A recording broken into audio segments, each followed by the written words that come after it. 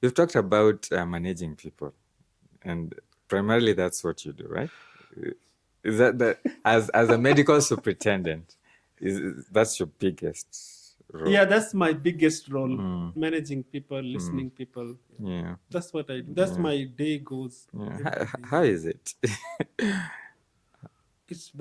It's difficult, but it is like if you want to do it, you will do it.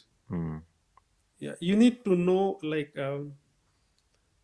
you need to understand the person you're talking.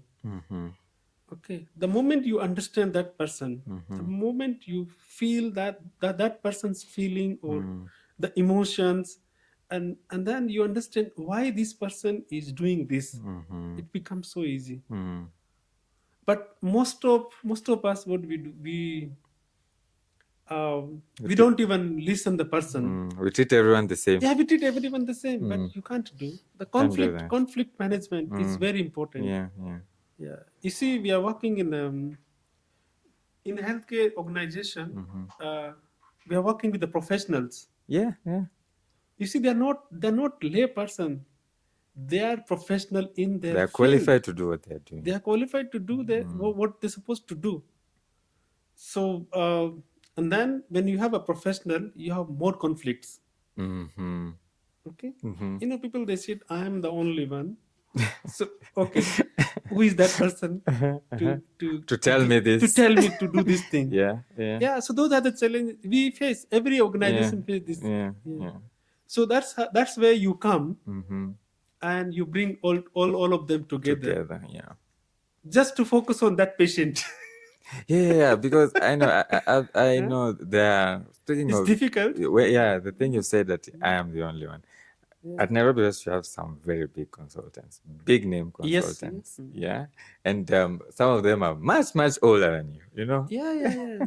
How and they have egos. How do you deal with it? Because I know It's first that and it's difficult. It's difficult to manage them. Yeah. But as an administrator, we don't have an option apart from bringing them together for the patient. We have to deal with them. So you have to deal with them. Yeah, we have to cool them down the way they want to work. We need to make them in comfort. Okay, I get so many calls from senior most consultant, but I know how to handle them. That comes with experience, definitely. Yeah, it comes with experience. Yeah, I don't get annoyed. I just listen them. I just listen. Yeah. Listening is very important. Yeah, it is. It is. If the person is annoyed and he want to say something, you just listen him. 90% done. After he talks. You let him talk. Say whatever they want to say. Let him talk. He feel good. She feel good. They release. They release. Yes. Yeah. But the junior ones were easier, right? Junior ones are not easy. This is the you see, junior one and the elder. I find them in same category. Oh. Yes. How so? It is, but they're easy to mold. Oh, you can shape them. Yeah, you can shape them easily. You can shape them easily. So yeah, because people have information nowadays. Yeah, they have information on the phone. Like, you, as a senior doctor, you can't say that this is the only diagnosis, this is the only treatment. You cannot. Yeah. People have information. You can go look up. You can just go and look ChatGPT, Google, all those things. Then you can you can argue with the consultant that you have evidence. True, and you change the management. Yeah, the old school thoughts and the new school thoughts. It has to be balanced. So how do you, because as in that position that you're in as a head, where you're the one doing interviews, the one guiding or being the leading from the front, that's what I call it. Yes, leading from the front. Yes, that's what I call taking the heat. Yeah, taking all the heat. You're bound, because when something, for example, goes wrong, you're bound to get into conflict with either juniors or even seniors. How do you deal with that? Because I can Well, imagine yeah. they in First such a of all, there's no other option apart from dealing with them. There's no other option. You can't just ignore it and move on. As I mentioned, listening is very so you important. listen. Listening is very important, and then how you communicate with them. It comes with experience. In beginning, I was also like having some short temper or something. Yeah. But with the time, the experience, I realized that this is not a right approach. It is not a right approach. Being very Yes, yes. So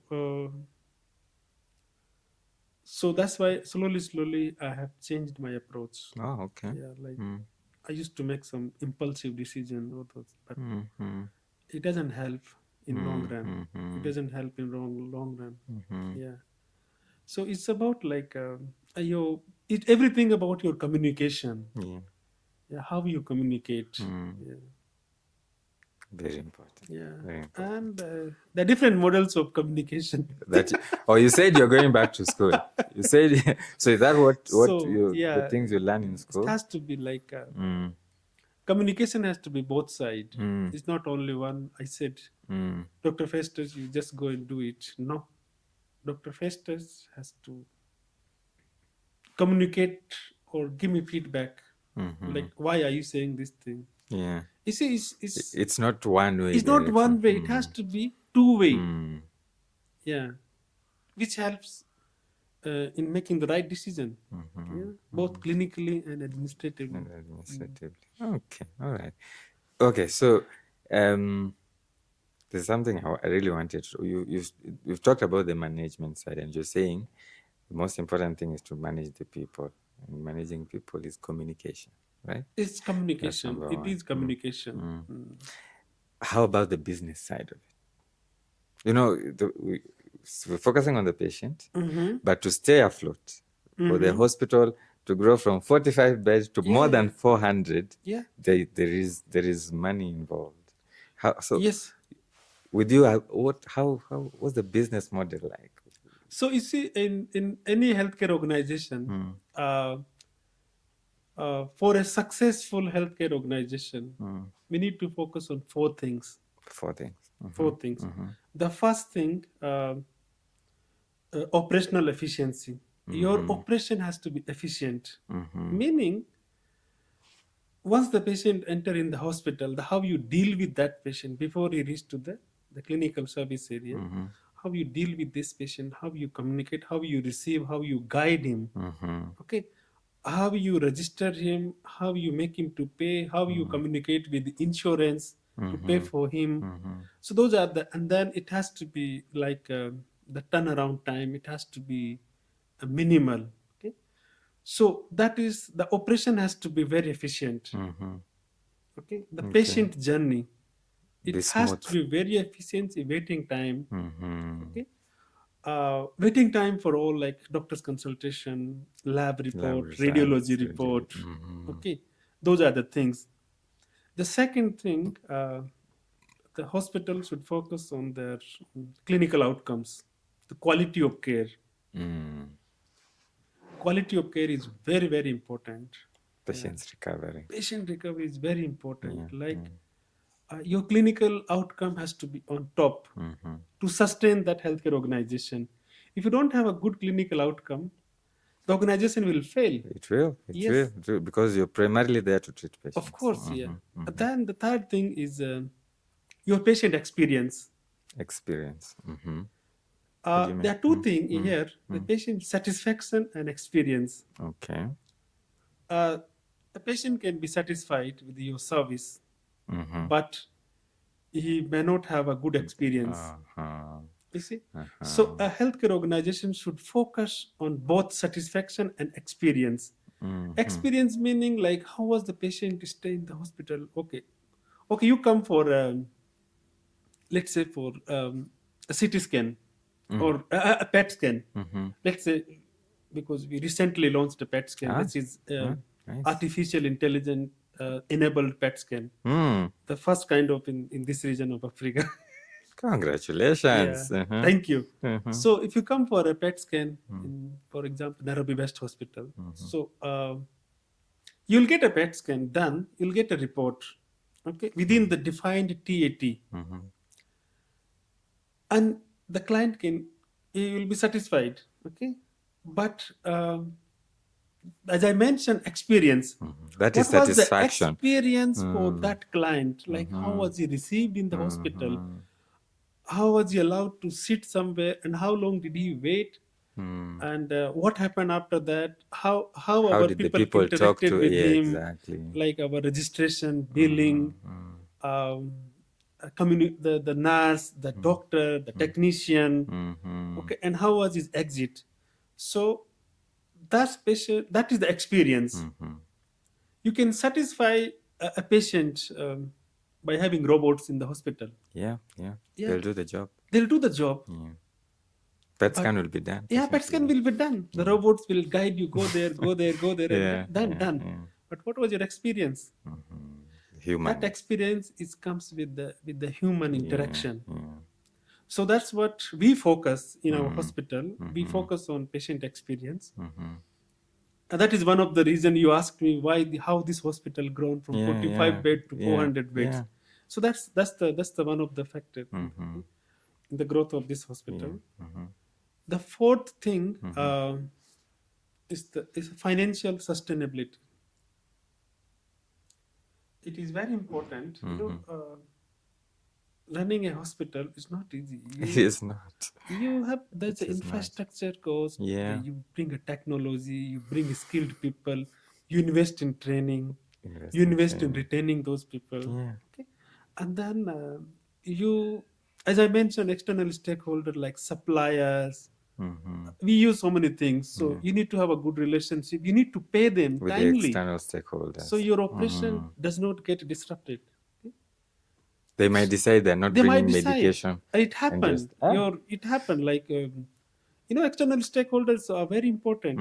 Yeah, it's like a real force. Yeah. Because they are the ones who give you everything. Yes, of course. Yeah, you need to make them like you need to convince them. You need to satisfy. Yeah. You need to satisfy them. For example, insurance. Yeah, you need to have a good deal with them. Yeah. You need to have a good relationship with them. A good communication also. Exactly. So they support the organization. Also, they support the patient. Yeah, I saw there was another facility that insurance was bringing issues the other day. Yeah. So, and I'm like, what? Wasn't this communicated earlier? As you said, it's supposed to be bilateral. I mean, if you're maybe increasing the cost, they should agree to it. I don't know. I presume. In current organization, like currently the business system, even your customer, they have a bargaining power. Oh. Yeah. Oh, yeah. Your customer have a bargaining power. Your supplier also have a bargaining power. It's a competitive environment. Yeah, it's not easy. True. So you need to maintain your competitive positioning in the industry. Yeah. In the industry. And then again, as I mentioned, the financial sustainability. Of course, it's both sides. For a patient, it has to be affordable. Okay. And for the owner of the hospital, it has to make it has a profit. To be profitable. Yeah. So you need to create a balance. Profitability and affordability, it has to be balanced approach. You can't focus on profit only. Then what will happen? You lose the client. Exactly. Okay. Because it's too expensive. It is too expensive, and you cannot 100% focus on making affordable because if you do this thing, you will not sustain in the industry. Exactly. So it's a very balanced approach, and trust me, it is not easy. I don't think it's easy. I don't think it's easy. That's why as you said that many hospitals open and close. Open and close. Me when I was in med school and even at some point in internship, my dream was I finish this, I open a clinic. Oh, it was your dream. I was like, I finished. I mean, because I could see the need. I could see there's so many patients, I'm like, yeah, open a clinic. And in my views, like, I just put it maybe somewhere in pipeline, all that population, people will come. But then when I started working here and there, I could see how clinics No, struggle. it's not easy. Yeah. And I just said, okay, I can. No. Recently, there was a doctor I was meeting in my office. Of course, he works with me. He came to my office and he said he was recently graduated. He said he wants to resign and then wants to open a small facility like level 4. I asked him, do you have money? He said, no, I don't have money. You'll take a loan. Then he said, yeah, he's going to take a loan. Then I said, you are a clinician. Do you have any business knowledge? Do you have any other skill, or do you have some people who will support you to run a business? So he said, no. He exactly said what you mentioned, that he had a dream to open a hospital. So he's still following the dream? Yeah, then I did. It took me like almost 15-20 minutes to counseling for that guy. He revoked his decision and he's still working with me. I told him just go slow. Okay, learn the environment. Okay, learn from them, like what is happening. Healthcare is not easy It is not to run. And then what will happen that you start and you close, then you'll come under financial burden. Yeah. You have a big loan. You have a big loan. How will you pay that loan? Yeah. I've seen my friends who tried it, and I've seen them, even some of them opened with big theaters and stuff, and this end up selling the equipment. Because we clinician, what we think that we are the expert. Yeah. Wherever we sit, we'll get the patient. But why this patient will come to you? And there are other people. There are other people also. What special like value are you going to provide them? Yeah. And how will you get that value? Yeah. I spoke to Dr. Ndwiga, and you also work with Dr. Ndwiga, and he has a private. The cardiologist. He's a cardiologist, and I asked him the same thing because he runs he runs his own center, which is actually doing okay. Yeah. And but how many years did he take? Exactly, that was the point. He said, and it's in the episode we did. Yeah. He said categorically, give yourself time. Yes. First of all, for him, he said, I had to specialize. I had to start creating a name for myself. Yes, yeah. When I was confident that I have a number of patients, then I can pull out slowly. Yes. You start slowly and then you grow. Now he's growing. Yeah, building a brand, it takes time. Yeah. It really takes time. And then you have a lot of competitors. Exactly. Don't think that you are the only one. You are the best or those things. No. You have so many competitors. Yeah. The way healthcare industry is transforming is with the technology. Of course. Yeah. Yeah. Speaking of competition, how is it? How is it? You guys are now in the big leagues. As I mentioned, the competition. As I said, what competition that people are empowered to bargain. That's what, like, your customer, it can be, as I mentioned, that he has the bargaining power. True. Your supplier has the bargaining power. And then the other industries, they are in competitive, like everybody want to on the top. And that's what, like us, Nairobi West Hospital, we are really maintaining our competitive position in the industry. For example, you know very well that there's no other hospital who does bone marrow transplant in the country. Exactly. In the region. And we are the one who's doing, and our success rate is 100%. So far. Yeah. That's what is 100%. And we are doing very well. That's amazing. Yeah. That's amazing. Other, like, as I mentioned, the AI-enabled PET scan, no one has it. This is the only digital PET scan in the country. What is the advantage of having this type of equipment? People will refer to you, and it will only be. It's the fast, the pioneer. The fast, like, the tradition. Okay, what other PET scan in the city? For example, they take 30 minutes. We do in these 10 minutes. Really? It's Of that course, fast yeah, because it of is the so fast. AI? And then also Yeah, the PET scan. You are a clinician, yeah, Bana. yeah, So yeah. there's something called radioisotope. You need to inject in the patient's body Yeah. to get the PET scan done. Okay. So, and those radioisotope, of course, there's no radioisotope which does not have a side effect. They all do. They all do side effect, and those side effects can be terrible. Okay, for few days after the PET scan. Exactly. So, what is the benefit of having advanced PET scan? Is like you give the minimal required dose. The requirement of that radioisotope, it is The minimal, bare like minimum. 25% of the usual dose. 25. 25%.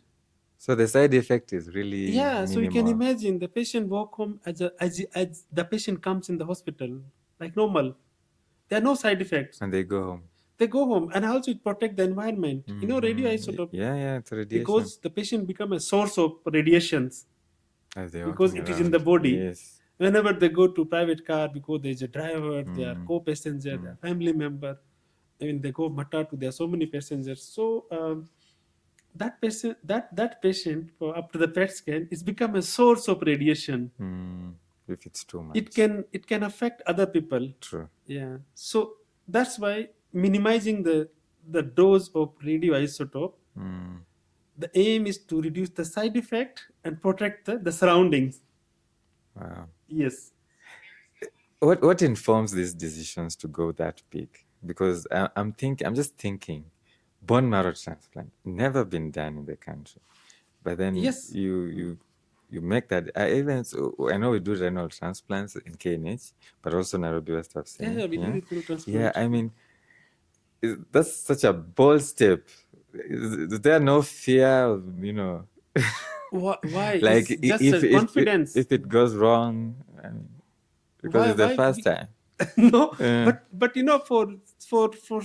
for having such service, developing such service in a hospital, you need to make a decision. It's all depend your decision. And how do you make such a decision, such a bold decision? It's as very you bold, mentioned, it's yeah. a bold decision. Yeah. You have to develop confidence in yourself and your team that we can do it. How do you do it? You involve so many stakeholders. You do a lot of research, so it doesn't go wrong. By having all those things, and then you make a decision. Yes, we are ready now. Let's launch it. Yeah.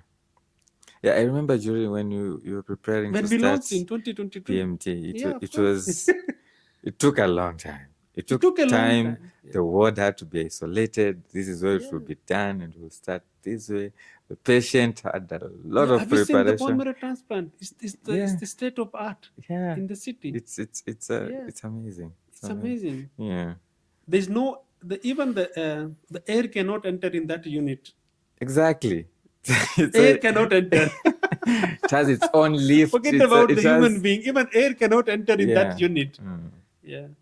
So that you have good outcomes. So it comes with the and huge investment, and also the technology, the skilled people. I saw a patient easy. elsewhere, and they had been given the option either to go to India or to come to Nairobi West, and they were like, "Doctor, what do you think? Should I risk and go to this place that is new?" I was like, I mean, so far, 100%, as you say. Yeah, it's when you develop a new service, when you launch a new service, it's not easy to get the client immediately. Yeah. You have to build the trust. What I said, clinical outcome. Yeah. You show that you have done this and it has been successful. There's nothing happened. All the patients. That's how you build the trust in the population, the patient who are sick, in the doctors. Like even doctor, they need to.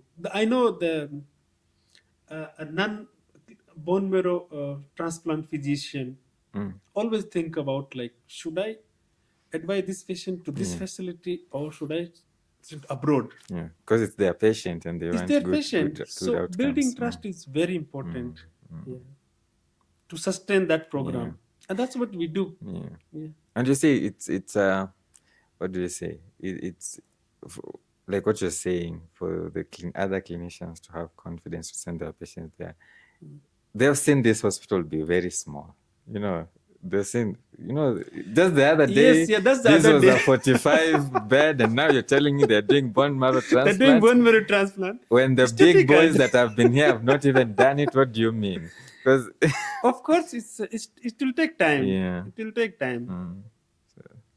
So as you mentioned, that how do you sustain your competitive positioning? So you have to offer such things. Yeah, so those are the thing, because you need to bring best technology. Okay. And that's You the need best. to bring the best technology. That's the best. Yeah, that's how the it's a competition in healthcare industry. Yeah, I was saying in the news the other day, your cardiologist did the Of course, first what yes, procedure it was the this? other day to Yeah, it was just the other Jennifer's day. study. Yeah. So So that was the first case in this region. What happened? The coronary artery disease. Yeah, You need yeah. because of calcified blockage. You need bypass surgery. So there's a new technology. It's called intracoronary lithotripsy. Coach, you understand lithotripsy? Like Yes, yeah, crushing like the one we stones. see in the The kidneys. crush like kidney Yeah, stone. yeah. And those kidney stone can be calcium or the different substance. So that's how the coronary get calcified. Stone, it's a stone, then it blocks the supply. So either you only have option of having bypass surgery. So the technologies are available. Yeah. So and we did it. It called intracoronary as I said, intracoronary lithotripsy, and the patient went home next day. I admire that confidence, that this is new, we've not done it, but we can do it. We can do and it. we do it. No, we do it. It can be done. Yeah. When you have confidence, and when you have a determination, and you have a right team, you have a right technology, you have a right infrastructure, there's nothing impossible. True. And you said, what does it take to grow all that? Because it's one thing to have them, so to say that you need them. Yeah. But developing them and growing them to that level, I think it's something else. It's not easy. Congratulations for being part of that team. Thank you. Yeah. Thank you so much. So what's the future for you guys? I've seen the other day you had interns, right? Medical officer interns. Yeah. We have interns. The other thing, when I told someone that I was going to have you, and they asked me to ask you this. Yeah, what do you think of having now postgraduate training? Because 400 bed capacity and all that. It's a plan in pipeline. Yeah. You're planning trust to me, start? by next year, we shall have this registrar. We are working on it seriously. Okay. Yeah, we are working on it seriously. I have a request on behalf of Daktari, a quick one. Yes. I want to be a pioneer. You want to be a pioneer? I want to be in the what? pioneer class of the registrar that is coming next year. Through COSESCA? If you have that, we are working on it. You'll get it. Yeah. You will get the opportunity, no problem. Good. Because I think we should be moving towards that. Because of course, we need to build the skills. Yeah, our population is growing, and we cannot all rely on. No, we do it. We have a nursing school. We do, including we have like oncology. We are the one who's training oncology nursing. Oh, okay. You see how the cancer burden in the country? Yes. It is a lot. Too much. So we need to build a skilled generation. Yeah, that's what we are doing. We are building intensive care nurses, oncology nurses. I saw that, and it's very amazing because I did a nurses episode. We did a nurses episode the other day, and what we were talking about is that when you're working for some of these hospitals, for you to advance, for you to go to the next level in your career, you have to resign. Like they were like, this is from another facility. Why do you resign? Yeah, for exactly. Career advancement? They say for you, for example, you want to go to the National Kenyatta Hospital for training, maybe in ICU, then leave your post and then go, and then you'll come and reapply. In the same organization? No, like, for example, you're working for another Okay. hospital. Yeah. But I was comparing now to, because what I see in your facility is that nurses just graduate from bedside, they go training. Yeah, they HDU go and get the higher ICU. skill. Yeah. And then you retain the skill. Then you retain them. You Yeah. build them and you retain them. Yeah. They become your asset. That's Yeah. as you said, multifactorial. It's a lot. That small building that was has become a school, and now that's good.